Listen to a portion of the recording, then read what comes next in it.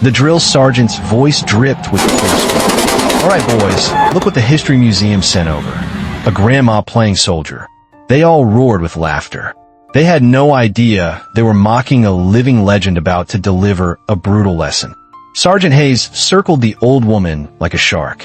She stood at perfect attention in the center of the parade ground at Fort Bragg, her face a roadmap of wrinkles, yet her posture was straighter than any of the young bucks surrounding her. 24 elite Marine Raiders, the best of the best, burned holes into Eleanor Vance with their stares. Her crisp, slightly faded combat fatigues and the tight, immaculate bun of her silver-white hair became the focal point of their ridicule. I bet you'll be calling for your grandkids by nightfall, Grandma. Hayes bellowed, his face inches from hers, his breath smelling of stale coffee and superiority. The Raiders, men in their physical prime, snickered. No one saw the flicker of ancient fire in Eleanor's steel-blue eyes. No one noticed the profound, unshakable calm of her breathing. No one realized they were making the single greatest misjudgment of their decorated careers. The humid North Carolina morning air hung thick over the base as the sun fought to burn through the haze. The Legacy Warrior program was officially underway, an experimental initiative to see if the wisdom of veterans could be integrated into modern special operations. For the Marine Corps, it was a PR move. For Eleanor Vance, age 65, it was about to become a personal battlefield. As the unit marched toward the barracks, Eleanor maintained perfect formation, her lean, 5 feet 6 inches frame moving with an economy of motion that was almost unnerving. "Can you believe they let her in?" whispered a young raider named Miller to his friend. "An old lady, they're lowering the standards for a feel-good story." Eleanor heard every syllable but kept her eyes locked forward. She'd been hearing variations of that sentiment her whole life. First, because she was a woman. Now because she was old. The barracks were a symphony of sterile functionality. Rows of metal bunks separated by precisely 5 feet of polished concrete. Eleanor claimed a bottom bunk near a window, efficiently unpacking her gear with practiced, deliberate movements. Her duffel bag was worn leather, not nylon. Her gear, while impeccably maintained, was classic, a stark contrast to the lightweight, polymer-based equipment of the younger men. Sergeant Hayes swaggered between the bunks, his imposing frame casting long, arrogant shadows. He stopped at Eleanor's bunk, eyeing her methodical organization with a sneer. Well, our little relic is quite the neat freak," he announced to the room. "I bet she's got mothballs in her footlocker." The barracks erupted in laughter. Eleanor simply continued arranging her belongings, her face betraying nothing. From her locker, she pulled out not a tablet or a smartphone, but a well-worn, leather-bound journal and a fountain pen. When she finally looked up, she met Hayes's gaze with a placid smile that seemed to momentarily throw him off.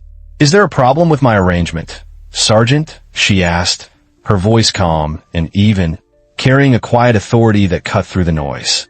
Hayes narrowed his eyes. "We'll see how long that attitude lasts, Vance. This course breaks young men. It'll turn you to dust."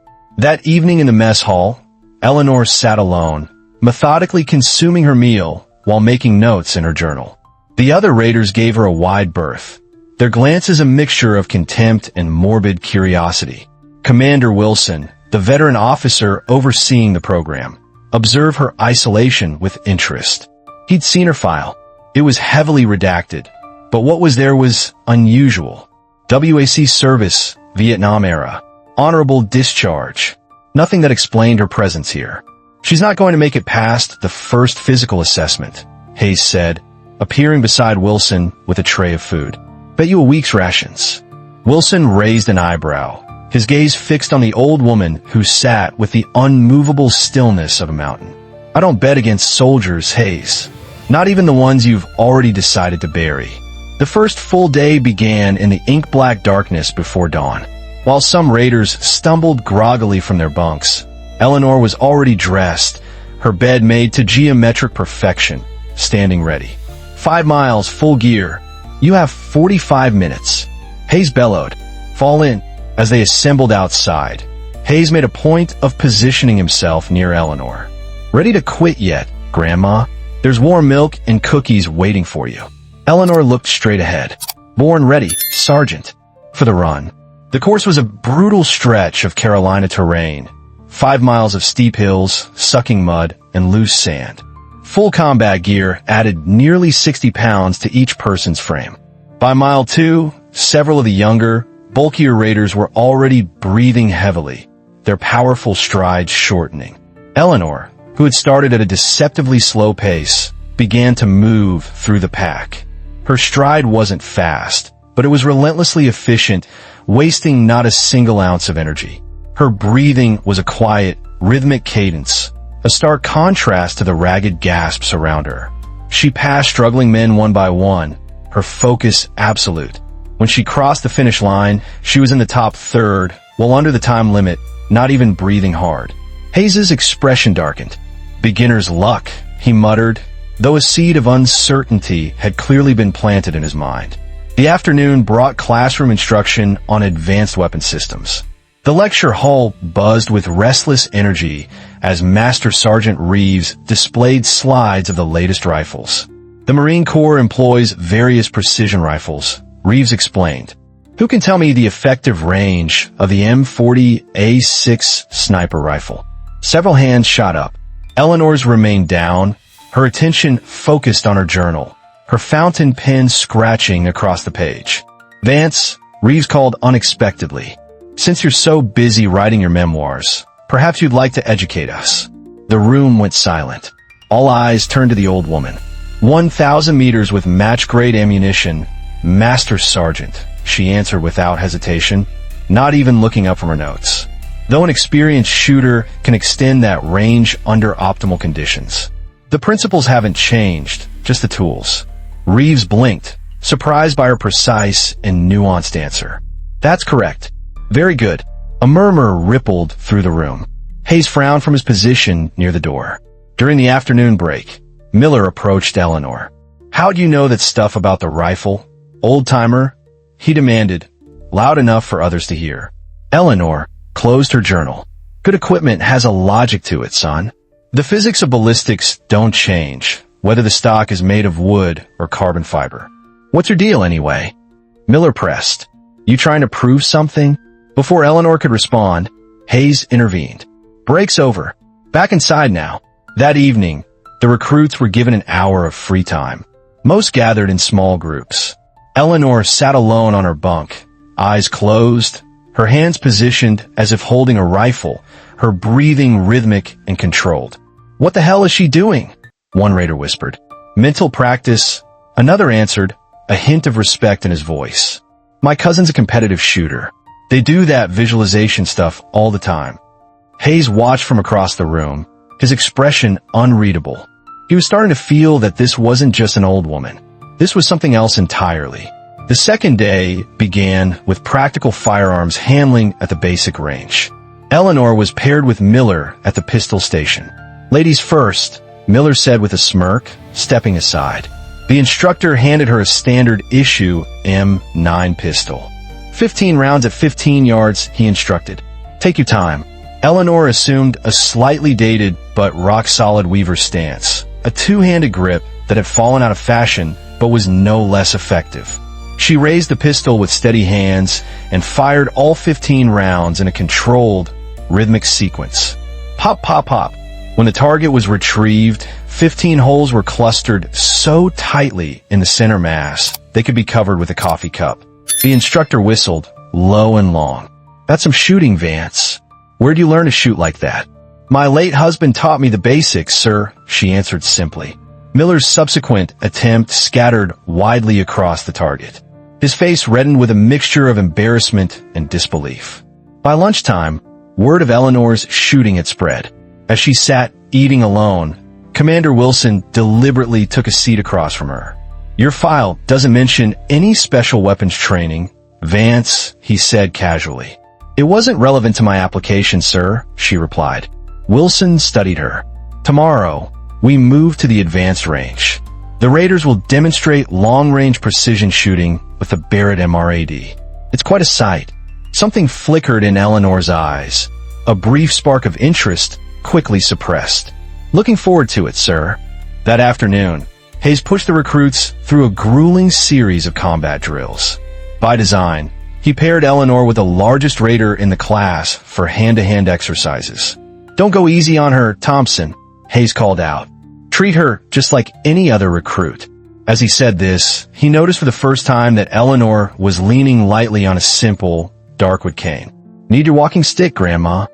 Thompson, a 6 feet 3 inches former college football player, nodded uncomfortably. As he moved in, Eleanor seemed to flow around his clumsy attack. In a motion too fast to properly track, her cane hooked behind his knee, destabilizing him. As he stumbled forward, the crook of the cane came up, locking his wrist. With a simple twist and a shift of her weight, she had him on the ground, the tip of her cane pressed firmly against his throat. The entire exchange took less than 3 seconds. The clearing fell silent. Thompson lay on the ground, blinking in shock. "Not bad, Vance," Hayes admitted, his voice tight with reluctance. "But real combat isn't controlled exercises." That evening, an unexpected thunderstorm rolled in. As rain lashed against the windows, Eleanor sat cleaning her assigned rifle. Her movements were swift and sure, a masterclass in efficiency that caught the attention of several raiders. "Where exactly are you from, Vance?" one of them asked. "Montana," she answered without looking up. "Lot of hunting in Montana," the raider commented. Eleanor nodded, but offered nothing more. Her hands moved with the quiet confidence of someone who had performed this ritual 10,000 times. Dawn broke clear and sharp after the storm. The advanced firing range stretched out before the assembled unit, a professional setup with distances marked out to 3,000 meters. At the far end, a tiny red flag marked a target, barely a speck against the rolling hills. Commander Wilson addressed the group. "Today you'll observe what true precision shooting looks like." He pointed to the distant flag. "That target stands at 2,800 meters, over a mile and a half away. At that distance, you must account for bullet drop, wind drift, the Coriolis effect, and even the curvature of the earth." The recruits murmured, impressed. Hayes stood nearby, arms crossed. "Today's conditions are good, but challenging," Wilson continued. "We have a variable crosswind at 8 to 12 miles per hour. Before our raiders demonstrate." He looked across the assembled recruits. "I'm curious. Would any recruit like to attempt this shot?" A heavy, predictable silence fell over the group. No one moved. Wilson nodded, unsurprised. As expected, this level of precision takes years of. "I'd like to try, sir." All heads turned in shock. Eleanor Vance had stepped forward, standing at attention. Hayes barked a laugh. "You can't be serious, Vance." "I am, Sergeant," she replied evenly. The raiders exchanged glances.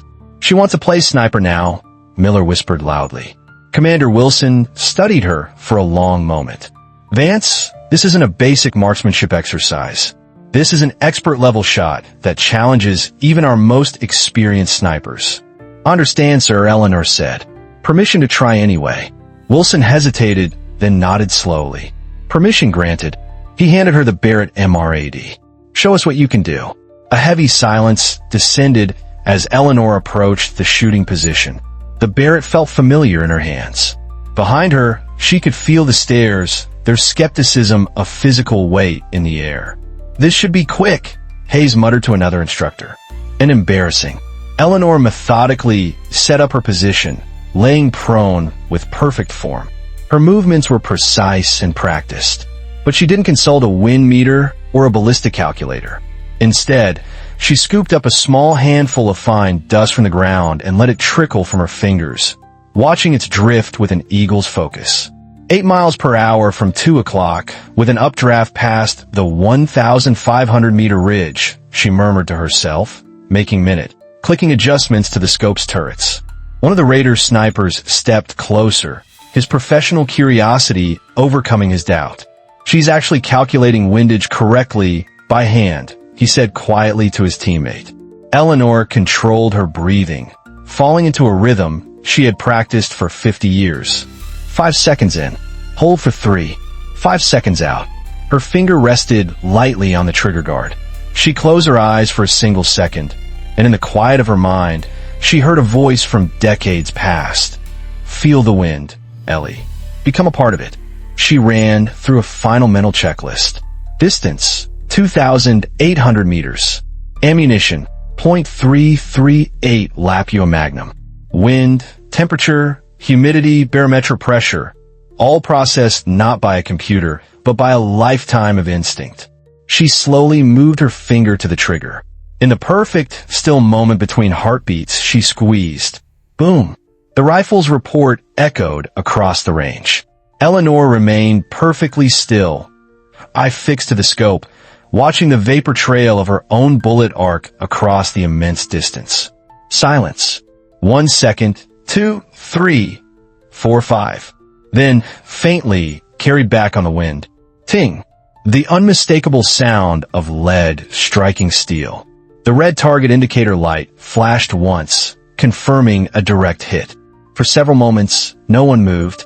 No one spoke. Commander Wilson raised his binoculars, his hands unsteady. Target hit, confirmed, he announced, his voice thick with disbelief. Center mass. First shot. The stunned silence gave way to a wave of confused, incredulous murmurs.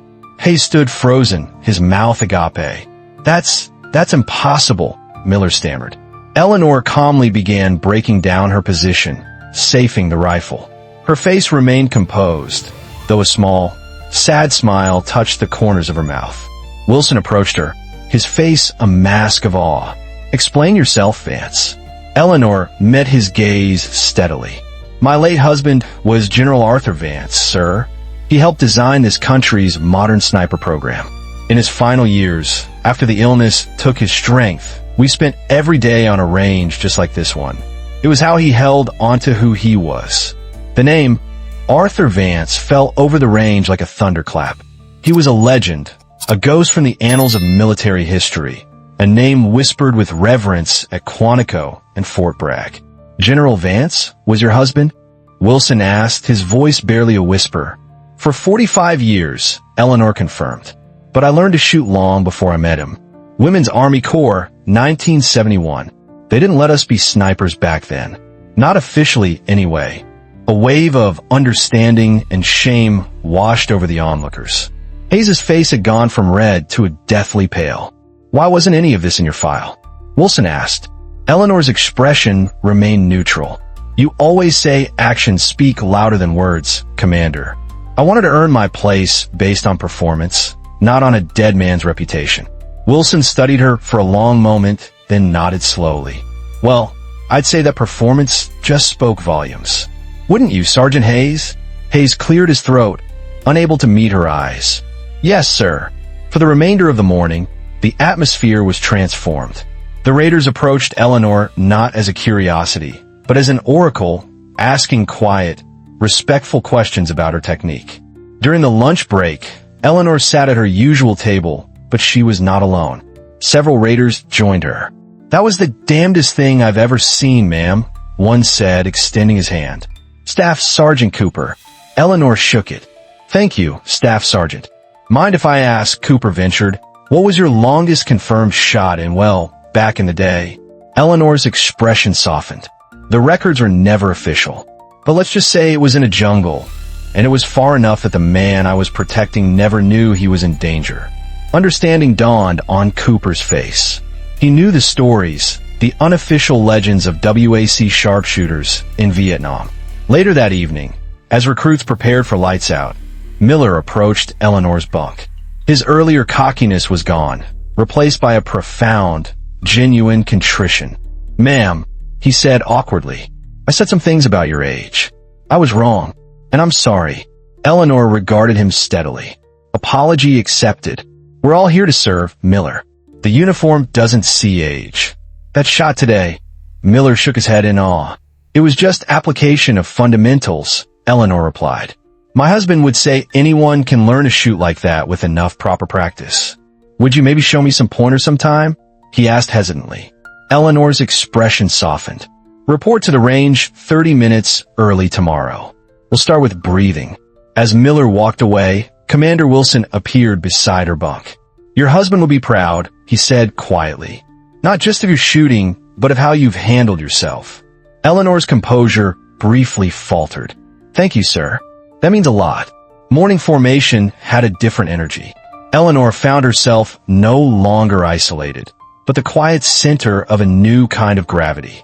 "Today's exercise," Wilson announced, "will involve team shooting. However, Vance won't be shooting. She'll be teaching." He turned to her. "My father always said teaching was harder than doing, sir," Eleanor said with a small smile. Wilson nodded. "Smart man." Throughout the morning, Eleanor moved between stations, offering quiet guidance. Even more surprising was Hayes's behavior. The sergeant who had mocked her now deferred to her expertise. "Vance, what do you think of Miller's prone position?" he asked at one point. With gentle efficiency, Jenna adjusted Miller's position. "Feel the difference?" Miller's next shot hit significantly closer to center mass. At lunch, Hayes approached her table, his tray in hand. "Mind if I join you, Vance?" The table fell silent. "Of course, Sergeant," Eleanor replied. Hayes sat down, looking uncomfortable. "I owe you an apology," he said stiffly, his voice low. "I made assumptions. That was unprofessional." "Thank you, Sergeant," she replied simply. "There's more," Hayes continued, his voice cracking slightly. "General Vance, he trained me. At sniper school. I was struggling, ready to wash out. He spent his own time with me, refused to let me quit. He saved my career. He swallowed hard. And then I turned around and disrespected his wife. I failed to live up to the standard he set." Hayes reached into his pocket and produced a small, heavy, bronze-colored coin. This was his personal challenge coin. He gave it to me when I graduated. Said to pass it on when I found a soldier who understood its meaning better than he did. He extended his hand. "I can't think of anyone more worthy." Eleanor accepted the coin, her fingers closing around the worn metal. On it was an inscription, "Acta non verba." Actions, not words. "Thank you, Sergeant Hayes," she said softly. On the final morning, Commander Wilson gathered everyone for a special announcement. In recognition of exceptional skill, the Legacy Warrior Initiative is being formally established as a permanent advisory program. Furthermore, he looked directly at Eleanor. The Department of Defense has authorized the awarding of a Distinguished Service Medal to Eleanor Vance for contributions to operational readiness during the Vietnam conflict, an honor long overdue. A wave of applause, genuine and thunderous, filled the air. Later, as the sun rose over the range, Wilson found her standing at the firing line where she had made the shot.